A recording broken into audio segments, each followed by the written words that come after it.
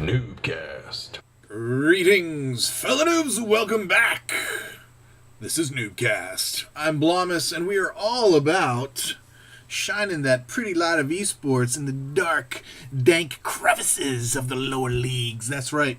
We got a silver 1v1 here between player number one, Kapow, who is a gold level Protoss player. His opponent, Nooner. What up, GG? Have fun? Yeah, baby.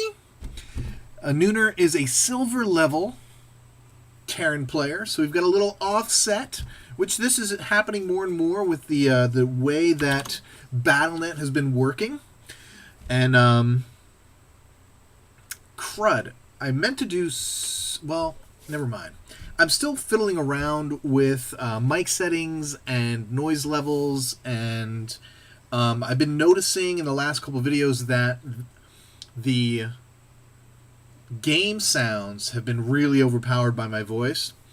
And we're going to see how I move my mic back, which is how I used to do it before I lost the power or whatever was happening with my mic settings that made things get all quiet.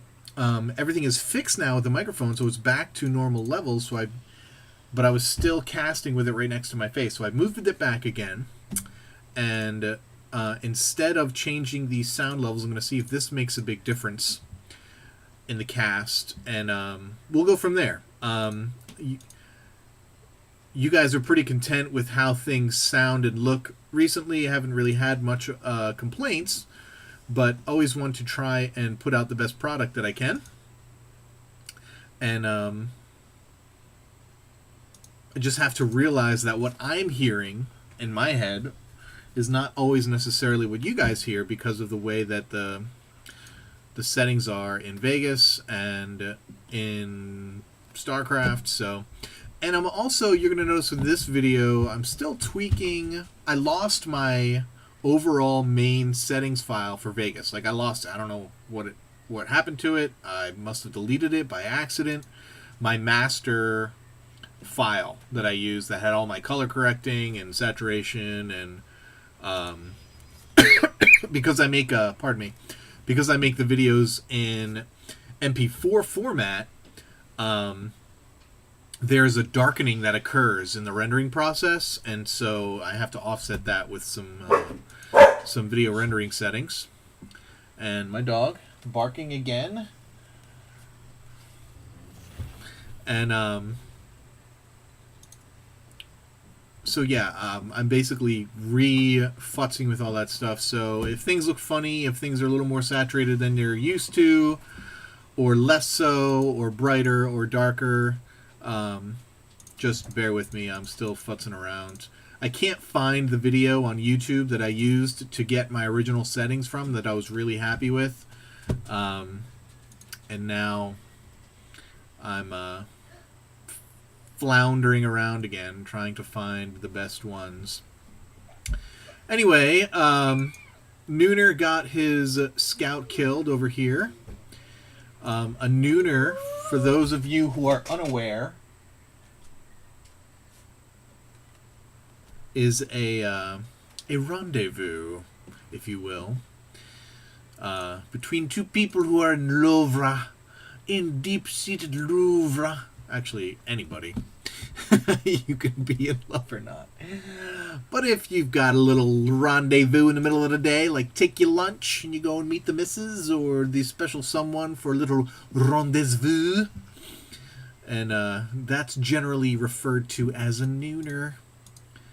And if you don't understand what I'm talking about, that's okay. It means you're too young to know what I'm talking about. And this is a family-friendly show. Know what I mean? Unless, of course, you get me mad and I'm cursing all over the place, then it ceases to be family-friendly. Warp Prism play coming out very early for Kapow. Looks like he wants to make some Terran very unhappy. It looks like it's going to be 3 or 4 gate Warp Prism, which, with this early expand, man, this is a very powerful play. We see this actually quite a bit at the high level. The highest level of play. What is going on over here? Oh, okay. I was seeing the Terran symbol here, and I didn't realize. I thought it was a word. I know I've seen that symbol before, but I thought it was a word like Zima or something scribbled on the top of the starport. If you don't know what Zima is, you weren't around in the 90s. Yes, I'm an old man. Those of you who didn't know that, I am old. Me and the Grandpa Toss are kicking it. Me and DJ Wheat kicking it around the same age. Old school esports personalities, except I've never been an esports personality, and they are.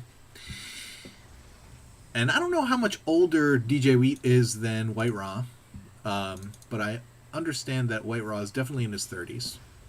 And DJ Wheat is older than me by a couple of months. And here comes the Warp Prism from Kapow! Kapow! That capital P got a Kapow! Kapow! Wait, there's no Zerg. I was about to say I make drones. Oh, look at this. The Terran Nooner about to moving out onto the map. And as soon as Kapow sees that, he directly moves in with his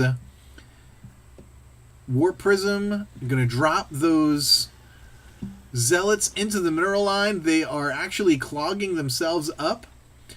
Nooner decides to pull out. Is he going to turn around with his army or no? He just lifts off, and he's going to move his tank in here to take care of these Zealots. Tank with... And look at this. Kapow's actually going to get out of dodge. And there's a couple of Marines here as well. And he's going to warp in on top. Zealots die very fast to unsiege tank fire and Marines. Tanks do very, very nice damage.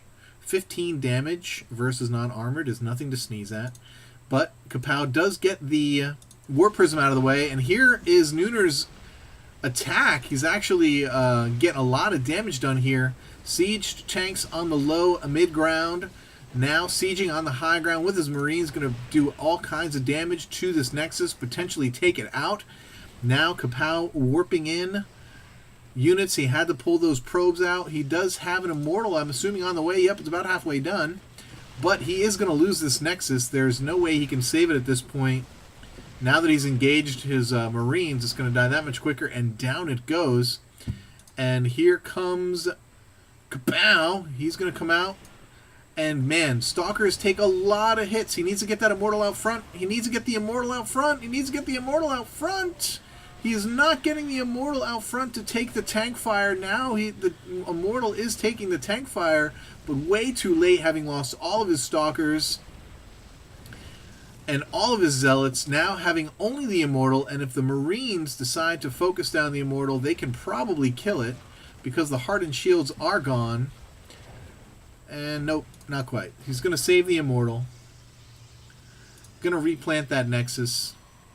And now Kapow moving in with the Warp Prism, warping in Zealots, but there is a tank siege there, and doing some nice splash damage, but killing his own SCVs in the process. Not a good idea. He needs to unsiege that tank. The splash is killing his own SCVs. Friendly splash on those siege tanks. Not a very good thing for Nooner. And Kapow, probably, all things being equal, did more than enough damage there. If you look at the supply here, we are now 17 to 50. And if we look at Army supply versus Worker supply, Army supply not nearly as far apart as the Worker supply. Nooner lost a ton of workers, 21 workers killed by the Warp Prism attack and then his own siege tanks. But we have a Nooner coming in with a Banshee. Interesting in the sense that you're getting your butt kicked, Nooner. Yeah, I would say so. In that regard, very interesting indeed. Nooner trying to replenish that army supply as quickly as possible and make SCVs as quickly as possible. Banshee going to come in here, try and even up the score, getting all kinds of kills. Where are the Stalkers? Going to take them a long time to get out of here. And in the meantime, the Banshee able to pick off quite a few. He should have stayed back. Does he have the invisibility? No, he does not. And so his Banshee is going to have to get out of dodge. Going to come down here to the low ground. No blink. And so we're going to be able to pick off some more. Let's watch the count rise as the Banshee does the damage and now going to get back out of dodge. Oh, terrible control. Terrible control. Loses the Banshee. Hey, baby, that's what Silver's all about. Terrible control. And the Warp Prism over here for Kapow. High energy here on both orbitals. Yeah, needs to get those mules in there, getting that. And the Warp Prism is not a Banshee, and therefore it cannot. See, it doesn't even matter if the tank does all that much damage. Now it can't. Now, but these Zealots will go down very quick. Will not be able to take out the tank. Did he get the Warp Prism? He did get the Warp Prism. And it is gone, and it is dead, unless... Nope. It is gone. It is no longer on the map. Looks like Kapow looking to take a third here. Not a bad idea at this point. His army is looking very good. He still has a huge supply lead over the Silver Terran player, Nooner. Both of these players, by the way, neither of these players have had a game on NuubCast before, and I have to assume that because a lower level player submitted this game that that is wrong. I don't know who submitted this game. I have to assume that because there is a lower level versus a higher level player in this game, that the lower level player is the submitter. I'm assuming Nooner is the submitter here. This is one of those situations where it's been a long time since these submissions, so I don't really know who it is. And here's Kapow moving out with what is a very strong army. And Banshee coming over to try and do what, I don't know, but if he meets those Stalkers, he's not going to be very happy. These two Stalkers will be able to take it down, and I don't, bad idea. Needs to get, no. And how he's going to survive this, I don't know. Siege tanks in strategic places will be very helpful, and he does have two, and they will be able to do a lot of damage. But if Kapow gets these Immortals out front, there will be no hope for him. He does not have an observer on the field anymore. I think he lost his observer. There is no observer with the army. I know he had one earlier on the field, so let's see what he's going to do. He has the Stalkers leading, which is a terrible idea. The tanks, 3 siege tanks, are going to just deal ridiculous amount of damage, and the Marines, if they can focus down the Immortals, are going to be of a huge help. And look at these SCVs coming out to repair the siege tank, and Kapow not happy with the damage he's taking, and he bugs out. And I think wisely, although he could have, had he had vision on the high ground, he could have taken down the tanks easily, adding now a third Immortal. And does he have an observer? No, but he's getting another Warp Prism, which is, as far as vision is concerned, just as good as an observer. But here's the observer, finally. Going to join the army, going to have high ground vision now, going to be able to take down the tanks that are on the high ground. Now adding another tank. He did lose the bunker. Wouldn't be a bad idea to add that. And pumping out Marines as fast as he can. Probably a little too heavy, although he's banking money, so I'm not real thrilled with the rallies because there aren't any. He could be making another tank. Siege tanks, really good for defense. Putting up 2 bunkers this time. The longer Kapow waits, the longer he's going to have trouble. This will serve probably as a forward pylon if Kapow is doing it right. It's one of the great benefits of being Terran. He needs to repair this tank. I wonder if he notices how low it is. If he were going to check, he's out there checking for third base.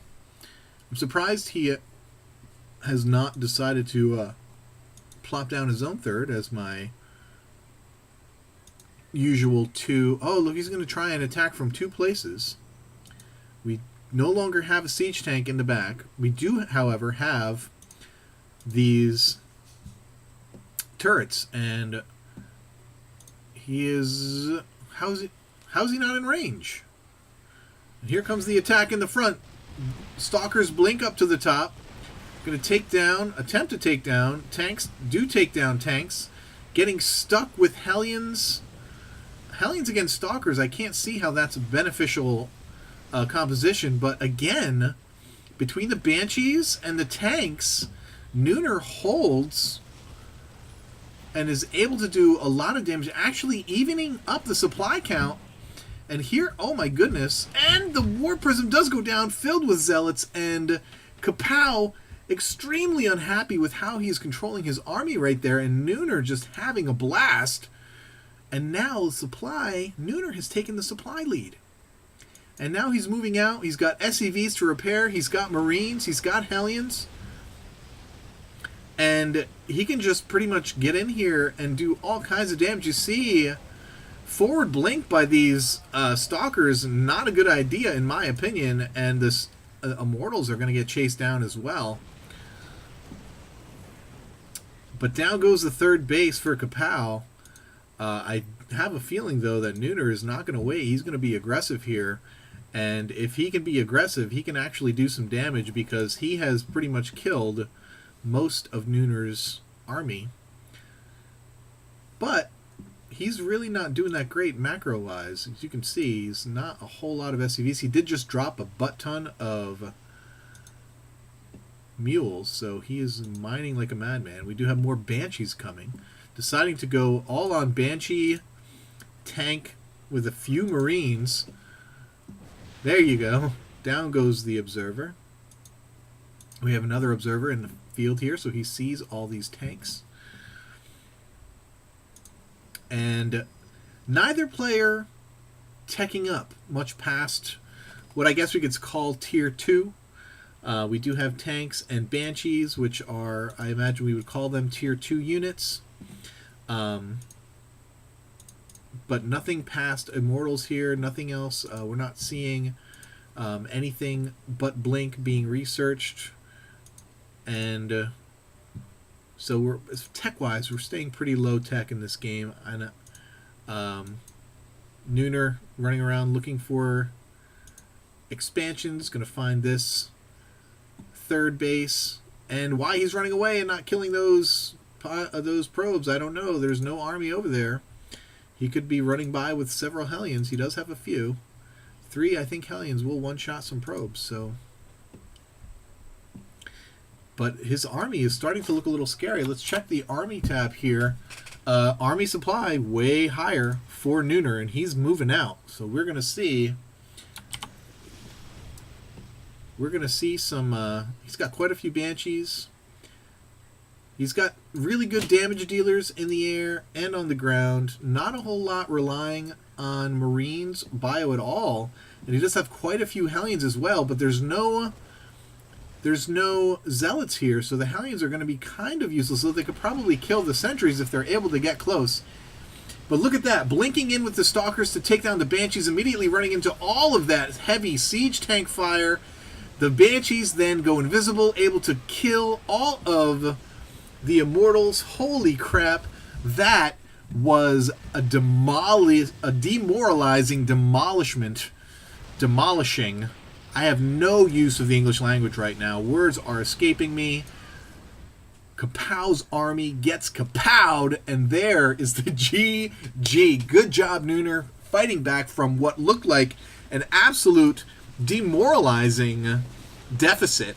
He had 15 supply against 50 supply and comes back to take the game against a higher level player. Good job, Nooner. Thanks for sending in that game. That was a great win. And good job by both players. And just bad unit control, I think is what we can attribute. And this happens a lot. A lot of guys at lower levels, they forget what units need to lead.